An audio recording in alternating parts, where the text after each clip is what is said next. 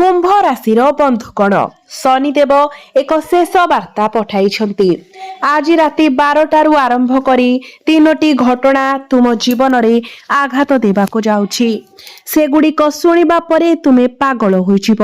बंधुगण तुमर पाद तळु माटी खसीजिब, कारण ब्रह्मांड रे एक भयंकर एवं चमत्कार चक्रव्यूह सृष्टि होइछि, जहा तुमको राताराती आकाश को नहीं जीव किंबा तुमको सबुदिन पाई गरीब करदेव। आज राति 12टा परे शनि एवं राहु मिसी तुमर भाग्य को एपरी भावरे बांधी देबे जहा तुमे केबे कल्पना करि नथिलो।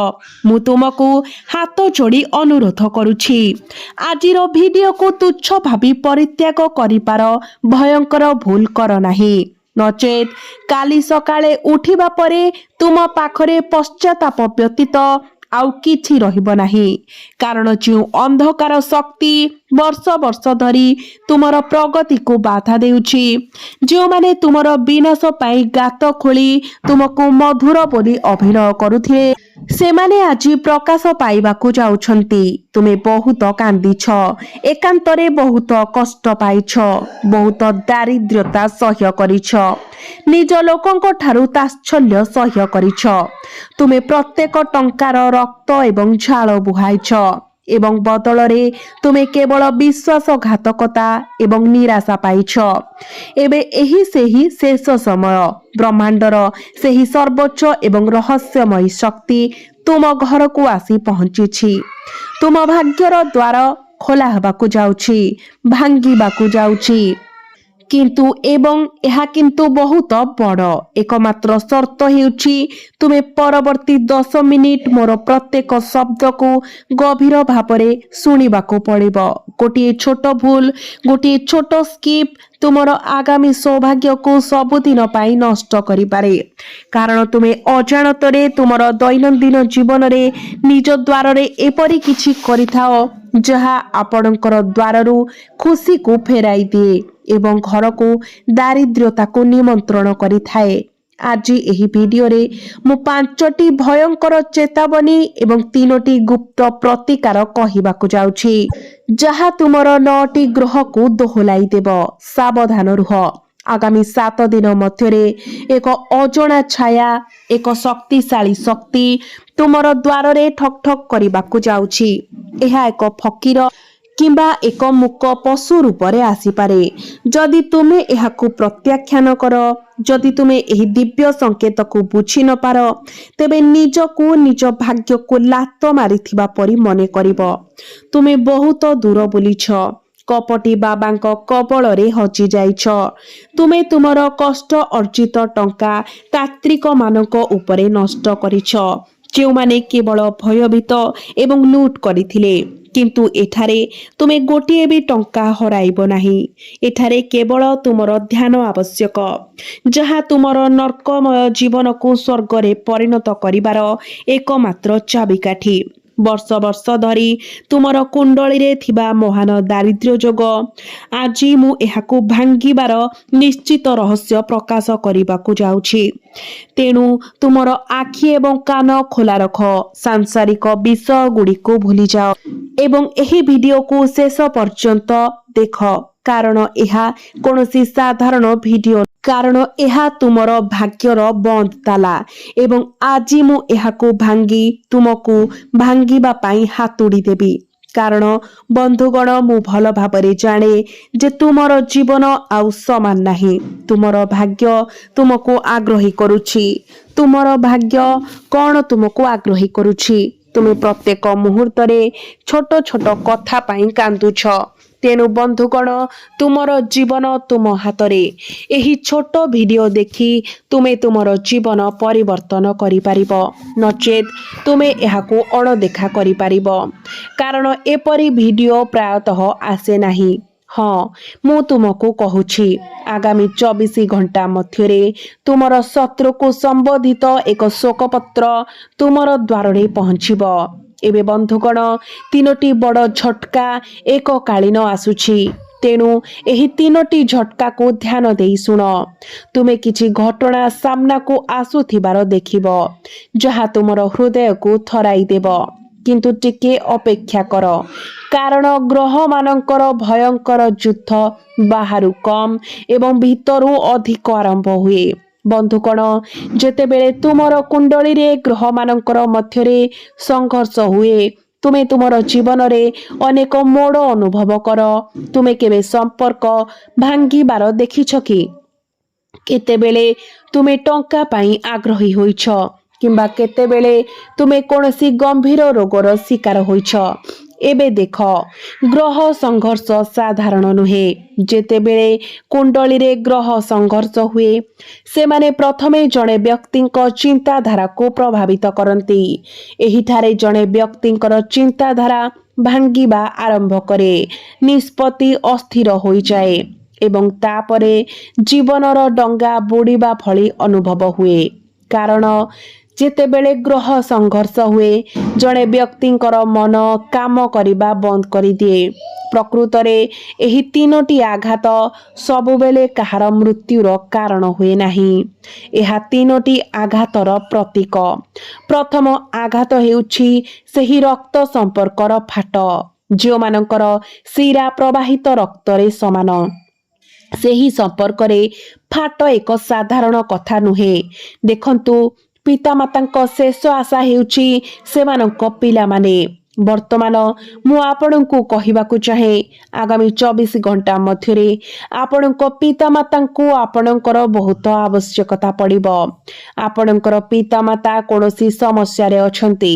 ଯଦି କୌଣସି ଶାରୀରିକ ସମସ୍ୟା ସେମାନଙ୍କୁ ଦୀର୍ଘ ସମୟ ଧରି ହଇରାଣ କରୁଛି, ତେବେ ପ୍ରଥମେ ଆପଣ ସେମାନଙ୍କର ଯତ୍ନ ନେବା ଉଚିତ। ସେମାନଙ୍କୁ ପଚାରନ୍ତୁ ଯେ ସେମାନଙ୍କର କ'ଣ ହେଉଛି। ତଥାପି ଦେଖନ୍ତୁ, ଆଜିର ସମୟରେ ପିଲାମାନେ ସେମାନଙ୍କ ପିତାମାତାଙ୍କୁ ପଚାରନ୍ତି ନାହିଁ। ଆଜିର ସମୟରେ ଶ୍ରବଣ ଭଳି ପୁଅ ପାଇବା ଯେକୌଣସି ପିତାମାତାଙ୍କ ପାଇଁ ବହୁତ ଭାଗ୍ୟର କଥା। ତେଣୁ ବର୍ତ୍ତମାନ ପାଇଁ ମୁଁ ଆପଣଙ୍କୁ କହିବାକୁ ଚାହେଁ ଯେ ଯେତେବେଳେ ଗ୍ରହମାନଙ୍କ ମଧ୍ୟରେ ଦ୍ୱନ୍ଦ୍ୱ ହୁଏ, ତେବେ ସର୍ବପ୍ରଥମେ ସେହି ଦ୍ୱନ୍ଦ୍ୱ ଆପଣଙ୍କର ପାରସ୍ପରିକ ସମ୍ପର୍କକୁ ପ୍ରଭାବିତ କରିବ। ଯେପରି ମୁଁ କହିସାରିଛି ଯେ ଯଦି ଆପଣ ଜଣେ ପିଲା ଏବଂ ଆପଣଙ୍କର ପିତାମାତାଙ୍କର ଏକ ଛୋଟ ପୁଅ, ଛୋଟ ଝିଅ, ଯଦି ସେମାନେ ସାମାନ୍ୟ ଅସୁସ୍ଥ ଅନୁଭବ କରନ୍ତି, ତେବେ ତୁରନ୍ତ ଜଣେ ଭଲ ଡାକ୍ତରଙ୍କ ସହ ପରାମର୍ଶ କରନ୍ତୁ। ଏକ ଭଲ ହସ୍ପିଟାଲରେ ସେମାନଙ୍କୁ ଚିକିତ୍ସା କରାନ୍ତୁ ଏବଂ ଆପଣ ଏହି ବଡ଼ ବିପର୍ଯ୍ୟୟରୁ ରକ୍ଷା ପାଇପାରିବେ। ବନ୍ଧୁଗଣ, ଦ୍ୱିତୀୟ ବିପର୍ଯ୍ୟୟ ହେଉଛି ଧନ ଏବଂ କାମରେ ହଠାତ୍ ହ୍ରାସ। ଯେତେବେଳେ ଜଣେ ବ୍ୟକ୍ତି ବ୍ୟବସାୟରେ କାମ କରି ଜୀବିକା ନିର୍ବାହ କରିବା ପାଇଁ, ନିଜକୁ ଏବଂ ନିଜ ପରିବାରକୁ ପ୍ରତିପାଳନ କରିବା ପାଇଁ କାମ କରନ୍ତି, ସେତେବେଳେ ତାଙ୍କ ଜୀବନ ସୁରୁଖୁରୁରେ ଚାଲିବା ପରି ମନେ ହୁଏ।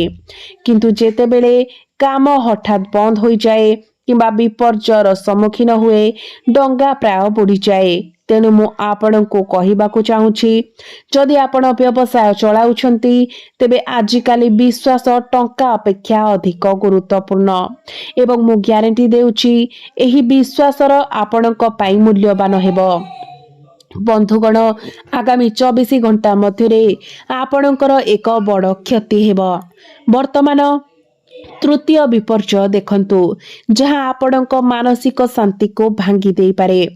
ଆପଣ ହୁଏତ ଏହା ଦେଖିନାହାନ୍ତି, କିନ୍ତୁ କିଛି ସମୟ ଧରି ଛୋଟ ଛୋଟ କଥା ଉପରେ ଆପଣଙ୍କର କ୍ରୋଧ ବୃଦ୍ଧି ପାଉଛି। ଆପଣଙ୍କ ସ୍ତ୍ରୀ ଆପଣଙ୍କୁ କିଛି କହିଥିଲେ, ଆପଣ ଆପଣଙ୍କ ସ୍ତ୍ରୀ ସହିତ ଯୁକ୍ତି ତର୍କ କରିଛନ୍ତି। ଯଦି ଆପଣଙ୍କର ବାପା ମା କିଛି କୁହନ୍ତି, ତେବେ ଆପଣ ପ୍ରତିଶୋଧ ନିଅନ୍ତି। ଯଦି ଆପଣଙ୍କର ପିଲାମାନେ ଟିକେ ଜିତି ଯାଆନ୍ତି, ତେବେ ଆପଣ ସେମାନଙ୍କୁ ଗାଳି ଦିଅନ୍ତି। ଏହି ଅଭ୍ୟାସ ଗୁଡ଼ିକ ଗ୍ରହ ଗୁଡ଼ିକୁ ଦୁର୍ବଳ କରିଥାଏ। ସେଥିପାଇଁ ମୁଁ ଆପଣଙ୍କୁ କହୁଛି ଯେ ସର୍ବଦା ଆପଣଙ୍କର ଅଭ୍ୟାସ ଗୁଡ଼ିକୁ ଉନ୍ନତ କରିବାକୁ ଚେଷ୍ଟା କରନ୍ତୁ। କାରଣ ବନ୍ଧୁଗଣ, ଆମେ ପ୍ରାୟତଃ ଭାବୁ ଯେ ଯଦି ମୋର ଗ୍ରହ ଗୁଡ଼ିକ ଖରାପ, ତେବେ ସେମାନେ ମୋର ମାନସିକ ଶାନ୍ତିକୁ ପ୍ରଭାବିତ କରୁଛନ୍ତି।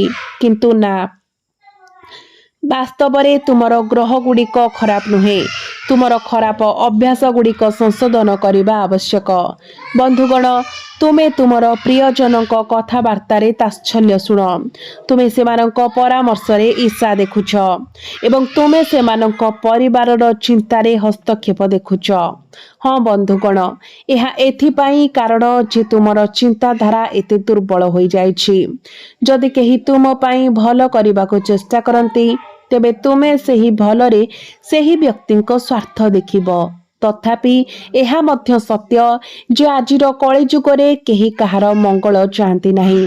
प्रत्येक व्यक्ति केवल निजर स्वार्थ हासिल करती एवं निज उद्देश्य हासिल करिबा परे पछको फेरी जाती एवं दौड़ी पलांती। बंधुगण, तुमर प्रथम भूल हेउछि तुमे समस्तंकु तुमर शत्रु बोली भाबुछ। प्रकृत शत्रु हेउछि तुमर निजर असुरक्षित चिंताधारा। कारण तुमर चिंताधारा एते कलुषित होई गलानी जे तुमे तुमर निज भाई भौणीक सह संपर्कर सीमा मध्य भूली गल। तुमे कौन कहिब, किपरि कहिब एवं तुमर कथा सेमानक चिंताधारा उपरे कौन प्रभाव पकाइब ताहा मध्य तुमे चिंता करुनाह। तेणु बंधुगण, तुमर चिंताधारा उन्नत करने को चेष्टा कर। कारण जड़े व्यक्ति चिंताधारा तांको भविष्यत एवं जीवन को गढ़ी तोली थाए। जदि तुमर चिंताधारा सकारात्मक रही थाए तेबे कौनसी ग्रह तुमर क्षति करि परिबे नाही एवं जदि तुमर चिंताधारा नकारात्मक हुए तेबे ग्रह मानकु छाड़ी दियो, तुमे निज जीवन को नष्ट करि देब।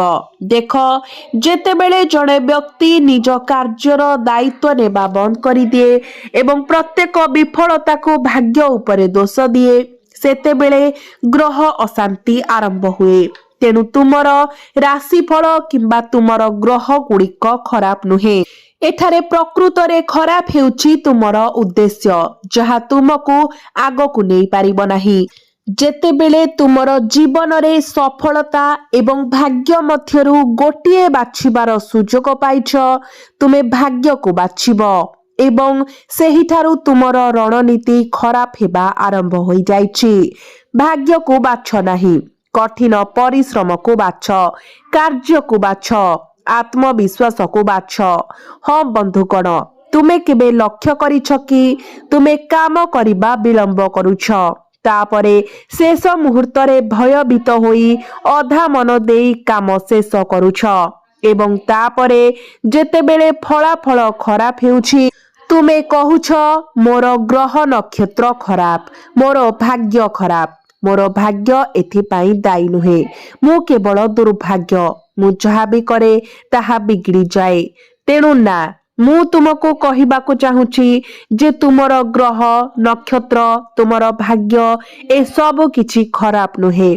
जदि एबे किछि भूल अछि तेबे तुमर चिंताधारा तुमे ताकु ही उन्नत करिबाको चेष्टा करिबा उचित।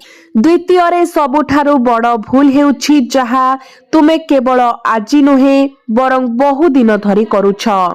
तुमर द्वंद्वलित अभ्यास तुमको छोट छोट निष्पत्ति नेबा किंबा तुमर जीवन को उन्नति करिबारे बाधा देउछि। बंधुगण, एही छोट छोट निष्पत्ति जोगु तुमर जीवन रे अनेक द्वंद्वलित समस्या बढ़ी चलीछि। तुमे आजिर काम काली पर्यंत स्थगित रखुछ, तुमे कालीर काम परदिन पर्यंत स्थगित रखुछ। जदि केही तुमको सकाळे किछि काम दिए तेबे तुमे ताहा परदिन सकाळे सेही व्यक्ति को दियो। यह एक भल जीवन पाई उचित मार्ग नुहे। जदि तुमे एक भल जीवन चाहुछ तेबे एही काम विलंब करिबार अभ्यास को संशोधन करिनियो। छोट छोट काम विलंब कले आपणक जीवन रे बड़ दुख आनी पारे, यह बड़ असुविधा को आमंत्रण करि पारे। तेणु आज ही एही काम करिबारे विलंब करिबार अभ्यास को संशोधन करिनियो। कारण मु आपणको कहिबाको चाहे जे तृतीय सबुठारु बड़ भूल हेउछि देखानिया जीवन। बाहरु शक्तिशाली देखा जिबा किंतु भितरे भांगी पड़िबा। सोशल मीडिया, इंस्टाग्राम, व्हाट्सएप रे खुशीर फोटो पोस्ट करिबा किंतु राति रे निद औषध खोजिबा। बंधुगण यह आजिर मनीष एवं एही कली जुगर सत्य जे प्रत्येक व्यक्ति केवल देखाणिया जीवन बंचुछि। देखणा पछरे लोक माने एक बड़ घर, एक बड़ विवाह, एक बड़ बंगला, एक बड़ घर किणती, सेमाने एक गाड़ी किणती एवं तापरे एक जीवन व्यापी फासरे फसी जाती जहा सेमानंक पई श्वासरुद्ध होई जाए। तेणु प्रदर्शनी जीवनर पछरे पड़ी केबे भी ऋणर फासरे पड़ंतु नाही, कारण ऋण एक बहुत खराब जिनिस।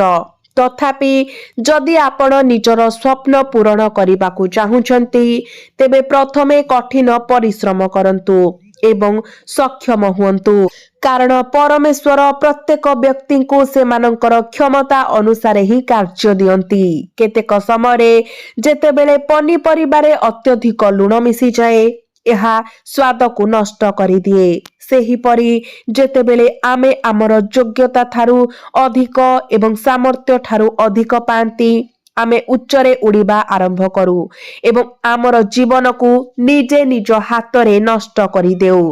तेणु वर्तमान तुमे यह करिबा उचित नुहे। यह सहित जेतेबेले राहु एवं केतु ग्रह सेमानंकर छाई आपणक उपरे पकाई दियंती जणे व्यक्ति तीन प्रकारर जीवन बंचिबार अभ्यास विकसित करे। प्रथमटी हेउछि भ्रम जीवन, द्वितीयटी हेउछि मिछ जीवन एवं तृतीयटी हेउछि सत्य ठारू दूरेई जीवार जीवन। एही तीनोटी जीवन जणे व्यक्ति को भीतरु दुर्बल करि दिए। तेणु बंधुगण मु तुमको कहिबाकू चाहूछि जे तुमे एबे सब किछि संभाली पारिबो बोली भाबुछ, किंतु धीरे धीरे तुमर शक्ति सरी जाउछि। तेणु निजको उन्नत करिबा उपरे ध्यान दियो। जीवन रे निज निष्पत्ति निजे नेबा सिख, कारण जदि अन्य केही तुमर जीवनर निष्पत्ति निए तेबे से माने तुमर जीवन को केवल एक खेल रे परिणत करिदेबे। चतुर्थ भूल हेउछि गुरुजनक परामर्श को हालुका भाबरे नेबा। तुमे भाबुछ जे पुराना चिंताधारा थिबा लोक माने कोन बुझिबे। तेणु बंधुगण मु तुमको कहिबाकू चाहे जे आमर गुरुजन माने आम अपेक्षा दुनिया को अधिक देखिछंती, से माने जानती जे दुनिया किपरि। तेणु आमर गुरुजन मानकर परामर्श को केबे हालुका भाबरे नियो नाही एवं जेतेबेले कुंडली रे शनि क्रोधित हुअंती सेतेबेले एहा हठात एपरी परिस्थिति सृष्टि करे जहा द्वारा जणे व्यक्ति को सेही लोक मानक आगरे मुंड नुआइबाकू पड़ी थाए जे मानकू से कोनोसी कारणरू अणदेखा करुथिले। तेणु जीवन रे तुमर बापा मां को अणदेखा कर नाही, ना तुम परिवारर बड़ लोकंकर परामर्श को मध्य अणदेखा कर नाही, तुमर जीवन साथी परामर्श को अणदेखा कर नाही, कारण आम जीवन रे 2 किंबा 3 जन लोक अछंती जो माने केवल आमर मंगल चाहती। प्रथमतः जीवन साथी जी आम सहित निस्वार्थ पर भावरे रुहंती एवं केवल आमको आगको बढ़िबाकू उत्साहित करंती। द्वितीयतः आमर बापा मां हेउछंती से जी आमको जन्म देइछंती। यह एक सत्य जे आम बापा मां ठारू आमको आउ केही अधिक भल पाई परिबे नाही। प्रकृत रे केही आमर पाई एते भल कामना करि परिबे नाही, कारण आम बापा मां आशीर्वाद एते शक्तिशाली जे थरे पाइले से माने पीढ़ी को परिवर्तन करि परिबे। तेणु बंधुगण तुमे तुमर वृद्ध एवं पिता मातांकर परामर्श पालन करिबा उचित। देख मु तुमको कहिबाकू चाहूछि तुमे टंका प्रति सब बेले असावधान रहुछ एवं सेथिपाई तुमर आर्थिक परिस्थिति एवं तुमर आर्थिक शक्ति नष्ट हेउछि। जो माने निजर कष्ट अर्जित टंका किंबा संपत्ति अन्य काहाको हस्तांतर करंती से माने निजको पादरे कुराड़ी मारिबा भली होई थाए। बंधुगण एहा नुहे जे तुमे बहुत चिंतित, तथापि तुम जीवनर समस्त आर्थिक समस्या धीरे धीरे अदृश्य होई जाउछि एवं तुमे एहा जान, किंतु सतर्क रुह। एपरी लोकंकु टंका ऋण देबारु दूरे रुह जे माने केवल जेतेबेले सेमानंकर आवश्यकता अछि, जेतेबेले सेमानंकर कोनोसी दरकार अछि सेतेबेले तुमको मने पकांती। ତେଣୁ ମୁଁ ତୁମକୁ କହିବାକୁ ଚାହୁଁଛି, ଏପରି ଲୋକଙ୍କ ଠାରୁ ଦୂରତା ବଜାୟ ରଖିବା ଅତ୍ୟନ୍ତ ଗୁରୁତ୍ୱପୂର୍ଣ୍ଣ। ସେମାନଙ୍କୁ ଟଙ୍କା କିମ୍ବା କୌଣସି ଜିନିଷ ଋଣ ଦିଅ ନାହିଁ। ସେମାନଙ୍କୁ ତୁମର ବ୍ୟକ୍ତିଗତ ଜୀବନରେ ପ୍ରବେଶ କରିବାକୁ ଦିଅ ନାହିଁ, କାରଣ କେତେକ ସମୟରେ କିଛି ସମ୍ପର୍କୀୟ ଆମ ପରିବାରର ମୂଳକୁ ଦୁର୍ବଳ କରିଦିଏ। ଯେପରି ଧୂଳି କାଠ କଣ୍ଡକୁ ଖୋଳିଦିଏ, ସେହିପରି ବନ୍ଧୁଗଣ, କିଛି ଧୂଳି ପରି ସମ୍ପର୍କୀୟ ତୁମ ଜୀବନରେ ଲୁଚି ରହିଛନ୍ତି। ତୁମର ପରିବାର ଗଛର ମୁହଁକୁ କ୍ଷୟ କରୁଛନ୍ତି। ତୁମର ପରିବାର ଏକ ଗଛ। ଗଛ ଫଳ ଦିଏ ଏବଂ ଯେତେବେଳେ ସେହି ଫଳ ଗୁଡ଼ିକ ବୋଝ ହୋଇଯାଏ, ଗଛ ସେଗୁଡ଼ିକୁ ଟାଣି ନିଏ। ତଥାପି ତୁମ ପରିବାର ଉପରେ ବୋଝ ହୁଅ ନାହିଁ। ନୂଆ କରି କିଛି ଆରମ୍ଭ କର। ତୁମର ପ୍ରିୟଜନଙ୍କ ଛୋଟ ଛୋଟ ଆବଶ୍ୟକତା ପୂରଣ କର। ତାପରେ ଦେଖ ତୁମର ପରିବାରରେ ତୁମର କେତେ ଗୁରୁତ୍ୱ ବଢ଼ିଯିବ। ମୁଁ ତୁମକୁ କହିବି, ବିନା ଚିନ୍ତାରେ କାହାକୁ ଟଙ୍କା ଋଣ ଦିଅ। ଯୋଜନା ବିନା ଖର୍ଚ୍ଚ କର। ଏବଂ ଆଜି ଆଉ ଏକ ଧାରା ହେଉଛି ଯେଉଁଠାରେ ଲୋକମାନେ ସୁଧରେ ଟଙ୍କା ଋଣ ଦିଅନ୍ତି। ଭାବନ୍ତି ଯେ ଯଦି ସୁଧ ଆସିବ ତେବେ ସେମାନେ ଖର୍ଚ୍ଚ ନ କରି ଖାଇପାରିବେ। ଯଦି ମୁଁ ସୁଧ ରୋଜଗାର କରେ ତେବେ ମୁଁ ମୋର ଜୀବନକୁ ଉନ୍ନତ କରିବି। ମୁଁ ମୋର ଛୋଟ ଛୋଟ ଆବଶ୍ୟକତା ପୂରଣ କରିବି। ମୋର ସବୁ ସ୍ୱପ୍ନ ପୂରଣ କରିବି। କିନ୍ତୁ ମନେ ରଖ, ଏହା ତୁମର ସବୁଠାରୁ ବଡ଼ ମୂର୍ଖତା ହେବ। ଯଦି କେହି ଅସୁବିଧାରେ ପଡ଼ିଛନ୍ତି ଏବଂ ତୁମେ ସେମାନଙ୍କୁ ଟଙ୍କା ଋଣ ଦେଉଛ, ଏହା ଭାବି ସେମାନେ ତୁମର ନିଜର ଏବଂ ସେହି ବ୍ୟକ୍ତି ତୁମକୁ ସମୟ ସୀମା ମଧ୍ୟରେ ପରିଶୋଧ କରିବାକୁ ଚେଷ୍ଟା କରୁଛି, ତେବେ ତାଙ୍କଠାରୁ କିଛି ଅଧିକ ଆଶା କର ନାହିଁ। କାରଣ ଯେତେବେଳେ କାହାର ହୃଦୟ ଆଘାତ ପାଏ ତାହା ସୁସ୍ଥ ହୋଇଯାଏ, କିନ୍ତୁ ଯେତେବେଳେ କାହାର ଆତ୍ମା ଆଘାତ ପାଏ ସେହି ଆତ୍ମା ଅନ୍ୟ ବ୍ୟକ୍ତିଙ୍କ ଜୀବନକୁ ନଷ୍ଟ କରିଦିଏ। ତେଣୁ ଏପରି ଭୁଲ କର ନାହିଁ। ଏହା ମନେ ରଖ, କାହାର ହୃଦୟ ଆଘାତ କର, କିନ୍ତୁ ତାଙ୍କ ଆତ୍ମାକୁ ଆଘାତ ଦିଅ ନାହିଁ। ମୁଁ ତୁମକୁ କହିବି, ଯେତେବେଳେ ତୁମର ଆବଶ୍ୟକତା ଥାଏ ସେତେବେଳେ ଖାଅ, କିନ୍ତୁ ପଛକୁ ଫେର। ଏହି ସମୟ ହେଉଛି ଯେତେବେଳେ ତିନୋଟି ବାର୍ତ୍ତା ମଧ୍ୟରୁ ଦ୍ୱିତୀୟଟି ଆଘାତ କରେ। ଯେତେବେଳେ ତୁମର ପକେଟ ଖାଲି ଥାଏ, ଯେତେବେଳେ ତୁମେ ସାହାଯ୍ୟ ମାଗିଥାଅ, ଲୋକମାନେ ତୁମକୁ ମିଛ ସାନ୍ତ୍ୱନା, ମିଛ ପ୍ରତିଶ୍ରୁତି ଏବଂ ମିଛ ଆଶା ବ୍ୟତୀତ ଆଉ କିଛି ଦେଇନଥାନ୍ତି। ମୁଁ ତୁମକୁ କହିବି, ଏହି ସମୟରେ ତୁମର ସ୍ୱାସ୍ଥ୍ୟକୁ ହାଲୁକା ଭାବରେ ନେବା, ବିଳମ୍ବିତ ରାତି ପର୍ଯ୍ୟନ୍ତ ଜାଗ୍ରତ ରହିବା, ଅସ୍ୱାସ୍ଥ୍ୟକର ଖାଦ୍ୟ ଖାଇବା, କ୍ରୋଧରେ ଖାଦ୍ୟ ଛାଡ଼ିବା କିମ୍ବା ଚାପ ଯୋଗୁଁ ଅଧିକ ଖାଇବା, ଏସବୁ ଜିନିଷ ତୁମେ ଏଡ଼ାଇବା ଉଚିତ। କାରଣ ରାଶିର ଯୁଦ୍ଧ ପ୍ରଥମେ ଆମର ଶାରୀରିକ ଶକ୍ତିକୁ ଦୁର୍ବଳ କରିଦିଏ ଏବଂ ଯେତେବେଳେ ଶରୀର ଦୁର୍ବଳ ଥାଏ, ମନ ଏବଂ ନିଷ୍ପତ୍ତି ଉଭୟ ଦୋହଲିଯାଏ। ଏକ ଗୁପ୍ତ ଭୟକୁ ଧରି ରଖିବା, କାହା ସହିତ କଥା ହେବାକୁ ଭୟ କରିବା ହେଉଛି ବିଫଳତା, ବିଶ୍ୱାସଘାତକତା ଏବଂ ଏକାକିତା। କିନ୍ତୁ ଏହି ତିନୋଟି ଜିନିଷ ଆମକୁ ଶକ୍ତିଶାଳୀ କରେ। ମୁଁ ତୁମକୁ ଗୋଟିଏ କଥା କହିବାକୁ ଚାହେଁ, ବିଫଳତା ଆମକୁ ଜୀବନରେ ବହୁତ ଅଭିଜ୍ଞତା ଦେଇଥାଏ ଏବଂ ଦ୍ୱିତୀୟ କଥା ହେଉଛି ବିଶ୍ୱାସଘାତକତା। ବିଶ୍ୱାସଘାତକତା ଆମକୁ ଆମର ଜୀବନକୁ ସ୍ଥିର କରିବାରେ ମଧ୍ୟ ସାହାଯ୍ୟ କରେ, ଯାହାଦ୍ୱାରା ଆମେ ସୁନିଶ୍ଚିତ ନିଷ୍ପତ୍ତି ନେଇପାରିବା, ସୁଚିନ୍ତିତ ଭାବରେ ଆଗକୁ ବଢ଼ିପାରିବା, ଚିନ୍ତାଶୀଳ ଭାବରେ ଆମେ ଆଗକୁ ଯିବା। ଏବଂ ବନ୍ଧୁଗଣ, ମୁଁ ଆପଣଙ୍କୁ କହିବାକୁ ଚାହେଁ ଯେ ଏକା ରହିବା କିନ୍ତୁ ସେହି ଭୟର ସମ୍ମୁଖୀନ ନ ହେବା ଚାପ ସୃଷ୍ଟି କରେ। ଏହି ଭୟ ଗୋଟିଏ ଦିନ ଝଡ଼ ପରି ଉଭାହେବ। ଏବେ ଦେଖନ୍ତୁ, ଏହା ହେଉଛି ଭୁଲ ସାଥୀ। ଆପଣ ଜାଣନ୍ତି ଯେ କିଛି ଲୋକ ଆପଣଙ୍କ ପାଇଁ ଠିକ ନୁହନ୍ତି। ଆପଣ ଜାଣନ୍ତି ଯେ କିଛି ଲୋକଙ୍କ ସହିତ ରହିବା ଆପଣଙ୍କ ଉପରେ ଅନେକ ଖରାପ ପ୍ରଭାବ ପକାଏ। ଆପଣଙ୍କର ଚିନ୍ତା କରିବା ଏବଂ ବୁଝିବାର କ୍ଷମତା ହ୍ରାସ ପାଇବାକୁ ଆରମ୍ଭ କରେ। ତେଣୁ ବନ୍ଧୁଗଣ, ସେମାନଙ୍କ ସହିତ ସମୟ ବିତାଇବା ପାଇଁ ସତର୍କ ରୁହନ୍ତୁ, କାରଣ ଏକାକିତା ଭୟଙ୍କର। କିନ୍ତୁ ମନେ ରଖନ୍ତୁ, ରାହୁର ପ୍ରଭାବ ପ୍ରାୟତଃ ସେହି ଲୋକଙ୍କ ରୂପରେ ଆସେ ଯେଉଁମାନେ ମିଠା କଥା କୁହନ୍ତି, ଯେଉଁମାନେ ତୁମର ଫାଇଦା ନିଅନ୍ତି, ଯେଉଁମାନେ ତୁମର ଅସହାୟ ହେଲେ ତୁମକୁ ଦୁର୍ବଳ କରିଦିଅନ୍ତି। ତେଣୁ ମୁଁ ତୁମକୁ କହିବାକୁ ଚାହୁଁଛି ଯେ ପଛରୁ ଆକ୍ରମଣ କରିବା ଆଜିକାଲି ଶତ୍ରୁର କାମ ନୁହେଁ, ବରଂ ଜଣେ ବନ୍ଧୁର କାମ। ବନ୍ଧୁଗଣ, ମୁଁ ତୁମକୁ କହିବାକୁ ଚାହୁଁଛି ଯେ ରାହୁର ପ୍ରଭାବ ପ୍ରାୟତଃ ଏପରି ଲୋକଙ୍କ ରୂପରେ ଆସିଥାଏ ଏବଂ ମୁଁ ତୁମକୁ ପରାମର୍ଶ ଦେଉଛି ଯେ ସବୁକିଛି ହୃଦୟକୁ ନେବା ବନ୍ଦ କର। ଆଜି ଏହି ନିଷ୍ପତ୍ତି ନିଅ ଏବଂ ନିଜକୁ ପ୍ରତିଶ୍ରୁତି ଦିଅ ଯେ ତୁମେ କେବେ ବି କାହାର କଥାକୁ ହୃଦୟରେ ନେବ ନାହିଁ।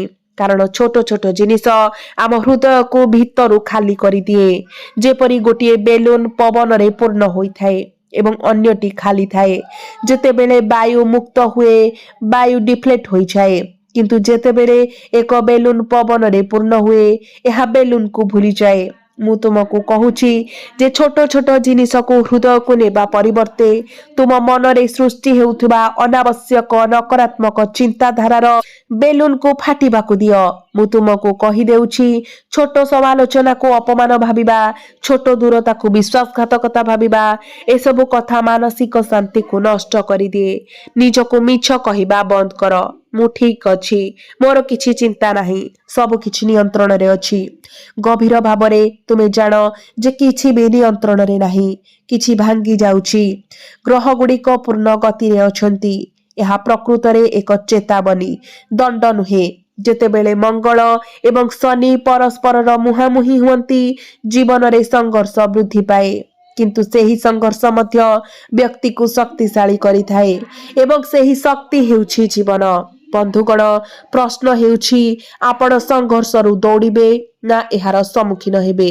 ଯଦି ଆପଣ ଆପଣଙ୍କର ଅଭ୍ୟାସ ପରିବର୍ତ୍ତନ ନ କରନ୍ତି, ଆପଣଙ୍କର କ୍ରୋଧକୁ ନିୟନ୍ତ୍ରଣ ନ କରନ୍ତି, ଆପଣଙ୍କର ଖର୍ଚ୍ଚକୁ ସୀମିତ ନ କରନ୍ତି ଏବଂ ଆପଣଙ୍କର ସମ୍ପର୍କ ବଜାୟ ରଖନ୍ତି ନାହିଁ, ତେବେ ତିନୋଟି ପ୍ରକୃତ ଗୁରୁତ୍ୱପୂର୍ଣ୍ଣ ପ୍ରତିଘାତ ଆପଣଙ୍କ ଦ୍ୱାରକୁ ଠକ୍ ଠକ୍ କରିପାରେ। ତେଣୁ ମୁଁ ଆପଣଙ୍କୁ କହିବାକୁ ଚାହୁଁଛି, ଆପଣ ନିଜକୁ ସୁଧାରି ନିଅନ୍ତୁ।